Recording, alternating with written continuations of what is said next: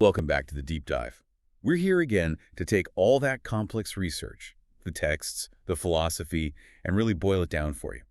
Giving you that shortcut to being genuinely informed. Exactly. And today we're doing some philosophical archaeology, you could say. Yeah, definitely. Because when people talk about Stoicism today, you mostly hear about the Romans, right? Seneca, Epictetus, Marcus The Aurelius. big three, the ones focused on sort of the practical application. Right. But their whole approach, all that practical wisdom, it stands on this incredibly detailed, sometimes really technical foundation built much earlier by the Greek founders. So that's our mission for this deep dive. We're going past the famous Romans to look at the actual blueprints, the core ideas from guys like Zeno, Chrysippus, Panaetius. These were the original philosophical engineers. They had to wrestle with the big, tricky paradoxes to make the whole system hold together. It's essential if you want to understand why Stoicism became so compelling, why it offered this kind of bulletproof inner strength. Precisely. We're digging into the intellectual architecture. We're looking for those crucial arguments hidden in the dense early stuff. Okay, so let's frame the big question for you listening right now. What were these really specific, sometimes kind of counterintuitive ideas set up right at the start of the Stoa? And how did they change over, a couple of centuries? How did they adapt to deal with real human personalities, social life, all the messy stuff? Yeah, paving the way for those famous Romans. Okay, let's jump in. Where do we start? The absolute beginning, right? Zeno's take on the goal of life. Right. So back then, all the ancient ethical schools basically agreed on the ultimate goal. They called it eudaimonia. Which we usually translate as happiness, but it's more than that, isn't No, it? yeah, much more. It's like flourishing, living your best life, achieving total fulfillment as a human being. The goal wasn't the argument, it was how you get there. Okay, and Zeno, the founder of Stoicism, comes along and says, He defined eudaimonia as a good flow of life, sort of poetic almost. a good flow of life. Seneca later described it as peacefulness and constant tranquility, right? Exactly. He contrasted it with people who live in conflict, meaning conflict within themselves with their own reason. So that internal good flow idea immediately leads to their most famous and, let's be honest, most controversial doctrine. The virtue-only doctrine. This is bedrock Stoicism, especially early on. Moral goodness, virtue, is the only thing you need to be happy. Full stop. It's the sole constituent. The sole constituent. Virtue is the only true good. Vice is the only true bad. Everything else, not actually good or bad. Okay, we need to pause here because that is a massive claim. It completely upends the common sense view and definitely the dominant philosophy of the time, like Aristotle's. Totally. Aristotle said, sure, virtue's crucial, you need it, but it's not enough. You also need some basic external stuff, health, maybe a bit of wealth, friends, family, some good luck. Aristotle thought you could be a good person but still be miserable if terrible things happened to you. Right. But Zeno and the early Stoics just couldn't accept that. For them, if your happiness, your ultimate achievement, could be wrecked by, I don't know, a storm at sea or a crazy tyrant. Then it wasn't really under your control. It wasn't truly yours. It wasn't unshakable. Exactly. Their core commitment was that happiness had to be impregnable, supreme, totally independent of luck or external circumstances. And to make that work, they had to make a really tough choice. They chose to bite the bullet and accept the paradox. They preferred being accused of saying absurd things rather than give up the idea that happiness is always in his power. And the text you shared gives this incredibly stark example to show how far they'd go. The one about Priam. Yes, that's a classic, often cited to show their hard line. The claim was that even the sufferings of Priam, the mythical king who lost his city, saw his sons killed, lost everything. Horrific stuff. Total devastation. Even that, they argued, wouldn't actually disturb the happiness of a truly virtuous person, a sage. Wow. Okay. That wasn't just talk. It was the logical endpoint of their argument, wasn't it? It had to be. If happiness comes only from your internal state, your perfect reason and virtue, then external events, no matter how dreadful, are technically indifferent. Indifferent, meaning neither good nor bad in themselves. Right. And therefore, they can't touch your virtue, which is the sole source of your happiness. But doesn't that sound incredibly cold? Like emotionally detached? Is this where people get the idea that Stoics are supposed to be unfeeling robots? That's a really common misunderstanding, and it's crucial to get this right. The goal wasn't apathy, like not feeling anything. It was apatheia, which sounds similar but isn't. Right. Apatheia means freedom from pathos, from irrational, destructive passions or emotions. The sage isn't emotionless. They might feel sadness, they recognize suffering, but But their core rational judgment isn't overthrown. exactly. They don't make the false judgment that this external event, however sad, has ruined their life or compromised their virtue. Their good flow remains intact even in the storm. Okay, that's a vital distinction. And there's another modern misconception we should probably clear up right away. Which one's that? The idea that Stoicism is just about doing your duty because it's the right thing to do, kind of a Kantian vibe. Ah, yes. Reading Kant back into the Greeks, that's sort of a mistake. Zeno wasn't primarily talking about duty for duty's sake. It was a teleological claim, Teleological, meaning meaning focused on the telos, the end goal or purpose. Virtue isn't just the right way to act, it is the ultimate goal itself. Living a perfectly rational, consistent life, which is virtue, is the state that constitutes the deepest human fulfillment and satisfaction. So virtue isn't just a means to happiness. It is happiness. It's the full realization of our rational nature. Precisely. It's not just a rule book. It's the recipe for ultimate contentment and inner security. And that has a really interesting consequence for how you, measure happiness in a life. Different from Aristotle again. Totally different. For Aristotle, you needed the whole life story, like judging an athlete's career. You couldn't really say someone was happy until they were dead and you saw how things turned out. Wait and see. Right. But for the Stoics, because happiness is purely internal, based only on virtue, it's an all-or-nothing state, and it's complete at any moment. Complete at any moment. Yeah. So if you're virtuous, you are fully happy. Right now. It doesn't matter what happens next. Exactly. Your happiness isn't dependent on the future or the past. It's a present tense reality based on your inner state. Okay, so Zeno lays down this incredibly demanding ethical marker. Virtue is the only good. Happiness is internal and instant. But to make that believable, they needed a solid theory of, how everything works, how the mind works, how the universe works. Absolutely. You can't just assert that virtue is enough. You have to show how it's possible psychologically and cosmologically. This forced Zeno's immediate successors into some really deep technical debates. Especially Cleanthes, who came right after Zeno, and then Chrysippus, who's often called the second founder of Stoicism. Right. They spent a huge amount of energy defending and systematizing Zeno's initial insights. They had to figure out, for instance, how the soul actually processes reality. And this got extra complicated because the Stoics were materialists. Materialists, meaning they thought everything, including the soul, was physical. Yep. They thought the soul, the psyche, was a corporeal thing, a kind of substance like a warm, fiery breath or air called pneuma that permeated the body. The soul is physical stuff. Oh. It really changes the game for psychology, doesn't it? It makes thinking and sensing almost like physics problems. It does. And that leads directly to this crucial debate about fantasiae or impressions. How does stuff out there get in here as a thought or perception? Okay, so how do they think that work?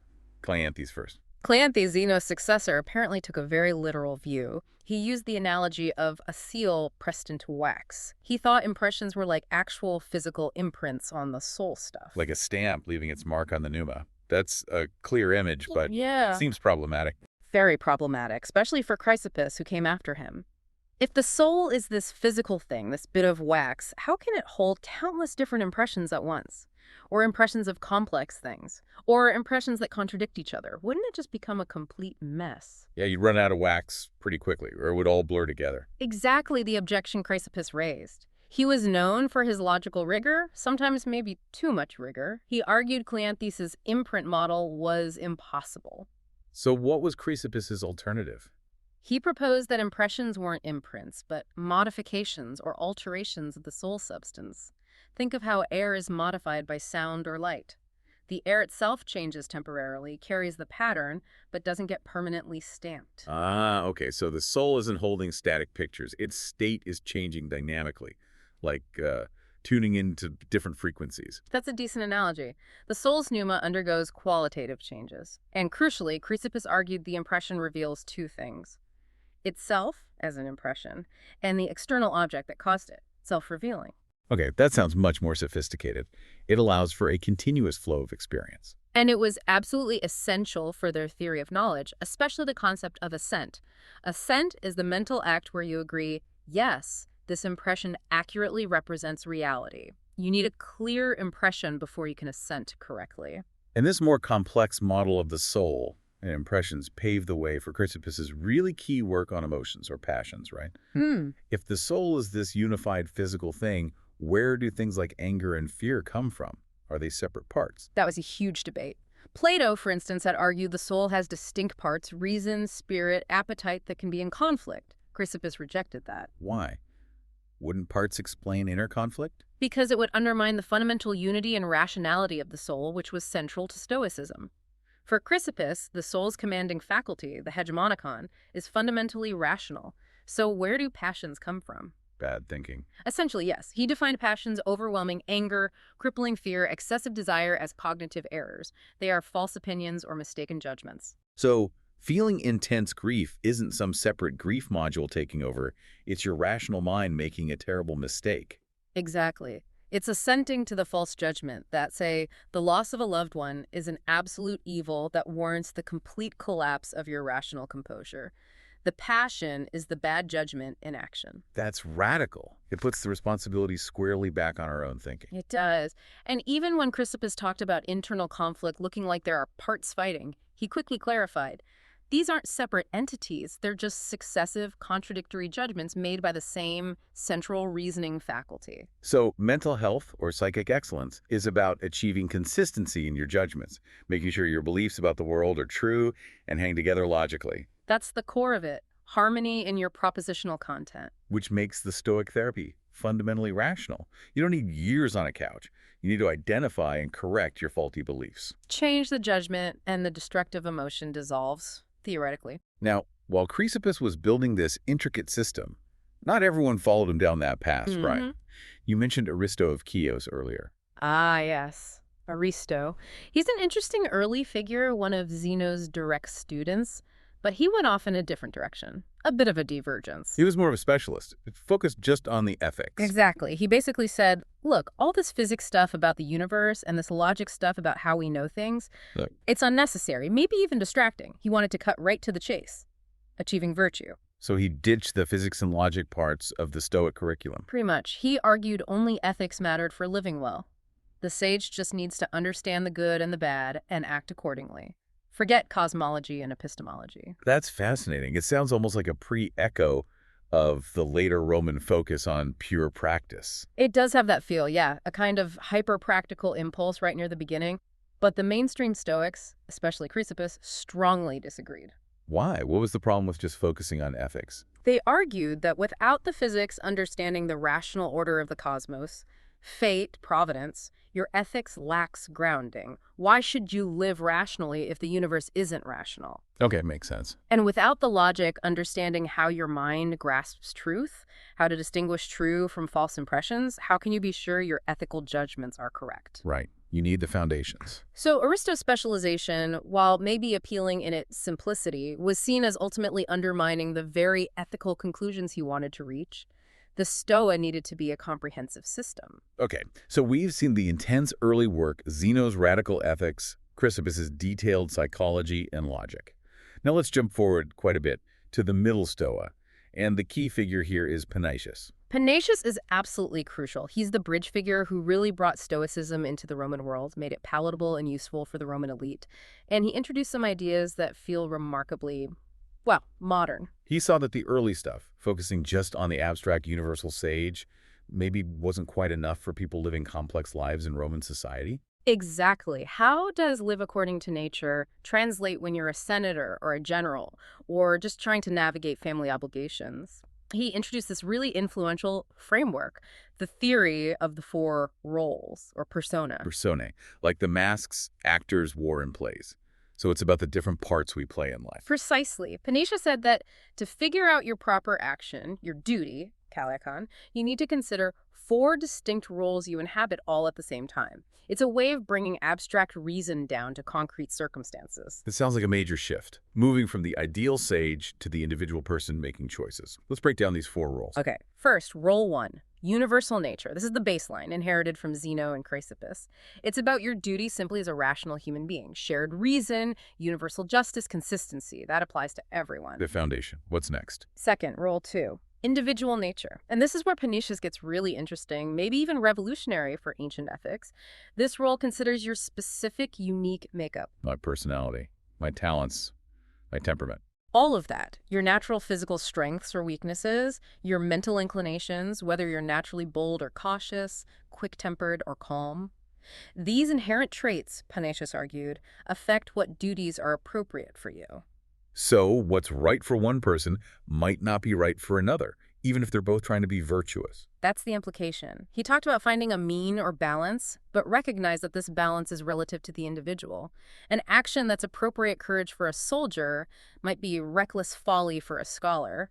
You have to work with the grain of your own nature. Wow, that's huge. It's like introducing the idea that your individual personality is actually morally relevant, not just about conforming to a single perfect model. Many scholars see it that way, yes. It's a significant step towards recognizing the individual. Okay, so third is role 3, accidental determinants. Accidental, meaning things you didn't choose. Exactly. The circumstances of your birth and life. Are you born into a powerful family or a poor one? Are you Roman or Greek? Healthy or sickly? What historical period do you live in? These external factors shape your opportunities and obligations. Your starting hand in life, basically. Pretty much. And finally, role 4, chosen specializations. This covers the roles you actively choose, your career path, soldier, farmer, politician, philosopher, the specific commitments you make, the lifestyle you adopt. Okay, so you've got universal humanity, your unique nature, your given circumstances, and your chosen path. How do these work together? That's the key. Panaetius argued you need to consider all 4 when making a decision. Let's take an example. Say you're a young Roman noble. Okay. Role 1 says act justly and rationally. Role 3, your noble birth, might imply a duty to public service. Role 4, maybe you've chosen to pursue a political career. But role 2, your individual nature, might reveal you're actually quite shy and bookish, not suited for the rough and tumble of the forum. Ah, I see the potential conflict immediately. Universal duty versus personal inclination versus social expectation versus chosen career. Right. Before Panaetius, the advice might have been more focused on role 1, be rational, do your duty. But Panaetius forces a more nuanced calculation. How do you harmonize these? Maybe your specific duty involves finding a way to serve the public, role 3, that also fits your scholarly nature, role 2, even within your chosen political path, role 4. It makes Stoicism much more flexible, much more applicable to real life with all its compromises and complexities. Absolutely. It gave figures like Cicero, who wrote a whole book based on Panaetius's ideas on duties, and later Marcus Aurelius, a practical framework for navigating their incredibly complex roles. It asks, given who I am in these circumstances, what's the fitting thing to do now? That focus on the individual context feels like a really important evolution. Definitely. And this whole structure, Zeno's ethics, Chrysippus's psychology, Panaetius's roles, really set the stage for the Roman Stoics we know best. They inherited this rich, complex system, but shifted the focus even more towards practice and, importantly, individual progress. Because the early Greek ideal of the sage, the perfectly virtuous person, seemed pretty unattainable, right? Almost mythical. Extremely unattainable. The Romans were much more realistic about that. Seneca, for instance, puts a lot of emphasis on the proficiens, the progressor, the person who isn't perfect, but is genuinely trying day by day to get better. So it wasn't just about the destination, the perfect sage, but about the journey. Very much so.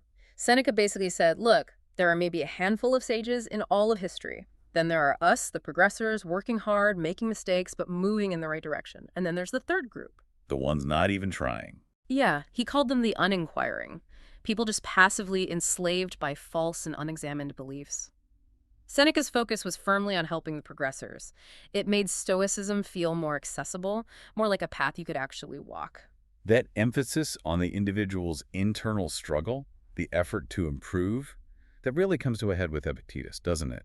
With his concept of prohairesis. Oh, absolutely. Epictetus, the former slave-turned-influential teacher, makes prohairesis the absolute center of his philosophy. It's often translated as will, or moral choice, or volition. But it's more than just making a decision, right? What did he pack into that term? For Epictetus, prohairesis is basically your core self. It includes your reason, your ability to desire or feel aversion, your intentions, and crucially, your self-awareness, your consciousness of making judgments. It's the faculty that says yes or no to impressions and impulses. And his argument for its importance was pretty direct. Very direct, almost Socratic. He'd ask his students things like, can anyone force you to assent to what you believe is false? And the answer has to be no. They can threaten you, torture you, but the actual act of believing something, of agreeing internally, that's yours alone. Exactly. That's the fortress of the mind. Epictetus argues this faculty, your prohairesis, is the only thing that is truly yours, truly up to us. Why? Because it's inherently unimpeded, unconstrained, unhindered by anything external. Nothing outside can directly control your judgment. Correct. Everything else, your body, your health, your reputation, your possessions, even your loved ones, is external, subject to fate, not ultimately under your control. So trying to base your happiness or security on those external things is just setting yourself up for failure. It's the fundamental mistake, according to Epictetus. It guarantees frustration, anxiety, and misery because you're trying to control the uncontrollable. Real freedom comes from focusing only on what you can control, your judgments, your assents, your desires, your prohairesis. He even used this striking image of Zeus, didn't he, to explain this idea of what's ours and what isn't. Yes, it's a powerful passage. He imagines Zeus saying, basically, look, I couldn't give you complete control over your body. It's just clay, after all, or your property. Those things belong to the larger cosmic order. But, Zeus continues, But I did give you something that is truly free, truly yours. A portion of my own divinity, your faculty of reason and choice, your prohairesis. Use that correctly, and you'll never be hindered, never complain, never blame anyone. so our core freedom isn't just a human capacity, it's like a divine spark within us. That's very much how Epictetus presents it. It elevates the idea of self-reliance. It's about properly managing this divine gift. And this intense focus on internal judgment shaped how he taught, too. He wasn't just lecturing. Not at all. He used a very Socratic, challenging method. Constant questioning, forcing students to examine their own beliefs and assumptions. He absolutely hated it when students treated philosophy like some kind of intellectual performance. And showing off how many terms you know or how cleverly you can argue. Exactly. He called it stylistic virtuosity and warned them against it. For Epictetus, the whole point was internal transformation, self-knowledge, learning to apply the basic moral concepts we all have correctly to specific situations. It wasn't about mastering jargon, it was about changing your life. Okay, so we see this progression. Zeno's core definition, Chrysippus's complex psychological underpinning, Panaetius adding the social and individual roles, and then Epictetus drilling down on that inner core of autonomous choice. And all of this forms the inheritance that Marcus Aurelius, the emperor-philosopher, is working with. He's trying to live this stuff at the highest level of responsibility. Right. He's trying to synthesize the internal focus with the demands of ruling an empire. His meditations often feel like him reminding himself of these principles. Absolutely. And you can see him distilling centuries of this thought into practical rules for living, that famous three-part formula he often comes back to. The one about the safety of life depending on. Right. First, having certainty of judgment, seeing things objectively, stripping away your biased opinions, questioning your automatic reactions. That's pure Chrysippus and Epictetus. Second. Acceptance, being content with what fate brings, what's outside your control. That goes right back to the early Greek understanding of cosmic order, the physics. And third. Action for the common good, practicing justice, speaking truth, fulfilling your social duties. That clearly echoes Panaetius's emphasis on roles and responsibilities. So it all comes together in Marcus. The internal discipline allows for effective, virtuous external action. The technical roots bear practical fruit. Beautifully put. The early Greek blueprints gave him the tools to manage his mind, what's in his power, and the Middle Stoa gave him the framework to apply that managed mind to his duties in the world. #outro. So when you look back at this whole journey from Zeno's good flow to Marcus's reflections, it's clear that Stoicism's promise of inner peace wasn't just based on, nice thoughts or simple slogans. No, definitely not. It rested on some really intricate, sometimes tough arguments about how the soul works, what happiness truly consists in, even embracing paradox, and how to integrate our individual nature with our place in the world. Yeah, those technical foundations, Zeno's virtue-only doctrine, Chrysippus's theory of impressions and judgments, Panaetius's 4 roles, they are absolutely essential. They're what allowed Epictetus and Marcus to make such powerful claims about our inner freedom and autonomy. And it seems like the driving force behind all this intellectual heavy lifting was this deep need to prove that our fulfillment, our eudaimonia, is ultimately up to us. Totally insulated from the chaos of external events, to make us, in a sense, kings or queens of our own inner kingdom. Sovereign over our minds. Exactly. Which brings us to a final thought, something for you to chew on after this deep dive. Okay, let's hear it. We saw the early Stoics, like Zeno, grounding happiness only in internal virtue, basically dismissing everything external, even big social achievements, as indifferent. And then Epictetus later focuses with laser-like intensity on that internal power of choice, the prohairesis, as the only thing that truly matters.